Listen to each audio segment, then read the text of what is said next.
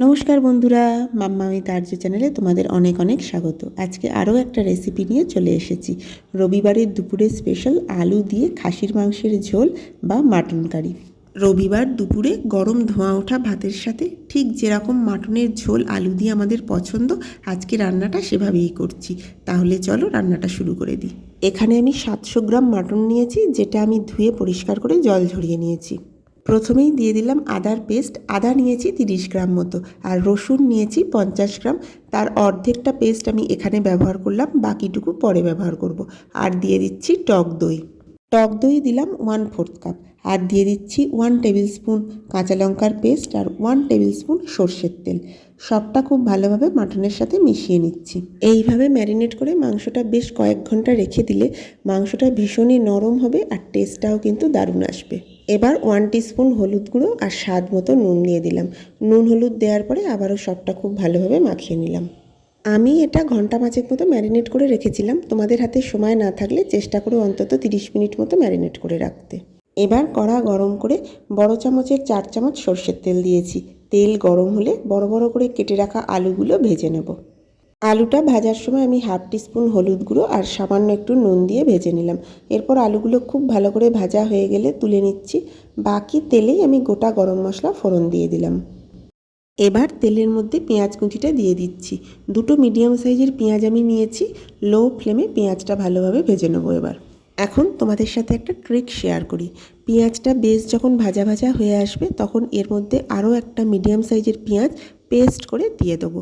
পেঁয়াজটা অর্ধেক কুচি করে আর অর্ধেক যদি এইভাবে পেস্ট করে দেওয়া হয়, তাহলে গ্রেভির টেক্সচার আর টেস্ট দুটোই কিন্তু অনেকখানি বেড়ে যায়। আর এখনই আমি দিয়ে দিলাম 1 টেবিল স্পুন রসুন পেস্ট। এবার লো ফ্লেমে পেঁয়াজ আর রসুনটা বেশ ভাজা ভাজা হয়ে এলে আগে থেকে ম্যারিনেট করা মাংসটা এখন এর মধ্যে দিয়ে দিচ্ছি। মাংসটা কড়াতে দেওয়ার পরে খুব ভালোভাবে পেঁয়াজের সাথে মিশিয়ে নেব।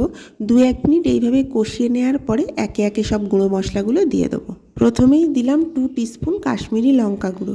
এরপর দিলাম 2 টেবিল স্পুন জিরে গুঁড়ো, 1.5 টেবিল স্পুন ধনে গুঁড়ো। এবার মশলাগুলো ভালো করে মাংসের সাথে মিশিয়ে নেব। এখন লো ফ্লেমে মিনিট 10 মাংসটা এইভাবে কষিয়ে নেব। এবার এর মধ্যে আমি 1/2 টিস্পুন হলুদ গুঁড়ো দিয়ে দিচ্ছি। সবটা আবারও খুব ভালোভাবে মিশিয়ে নেব। এই সময় একদম লো ফ্লেমে মাংসটা কষিয়ে নিতে হবে। বেশ যখন চারপাশ থেকে তেল ছেড়ে আসবে, তখন বুঝতে হবে মাংসটা কষানো হয়ে গেছে। এইভাবে চাপা দিয়ে দিয়ে আমি মাংসটা আরও মিনিট 10 ধরে কষিয়ে নিচ্ছি।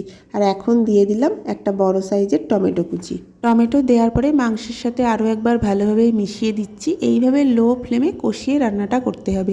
চাপা দিয়ে আরও একবার মিনিট 10 জন্য রেখেছিলাম। ঢাকা খুললে দেখো অনেকখানি জল বেরিয়েছে, যেহেতু আমি দই দিয়েছিলাম। এইভাবে লো ফ্লেমে মাংসটা কষিয়ে রান্না করতে হবে। যদিও আমি প্রেশার কুকারে দেব, তবে তার আগে এইভাবে কষিয়ে নিতে হবে, তবেই কিন্তু মাংসের টেস্ট ভীষণ ভালো আসবে। এবার লক্ষ্য করে দেখো মাংসটা কিন্তু আমার খুব ভালোভাবে কষানো হয়ে গেছে। মশলাগুলো থেকেও তেল ছাড়তে আরম্ভ করেছে। এরপর আমি এটা প্রেসারে দিয়ে নেব। তবে এখানে তোমাদের সাথে একটা ট্রিক শেয়ার করি। কুকারে দেওয়ার সময় সরাসরি মাংসটা ঢেলে দেবে না। 1 টেবিল স্পুন সর্ষের তেল আমি দিয়ে নিলাম, এরপরে ওপর থেকে মাংসটা দিয়ে দিলাম। কড়ার গায়ে অনেকখানি মশলা লেগেছিল, সেটাও ধুয়ে নিয়ে দিয়ে দিলাম। এরপর আমি বড় কাপের 2 কাপ গরম জল অ্যাড করলাম। তোমরা যেরকম ঝোল চাও সেই পরিমাণ জল দেবে। ভেজে রাখা আলুগুলো দিয়ে দিচ্ছি। এবার দিয়ে দিলাম 1 চামচ মিট মশলা।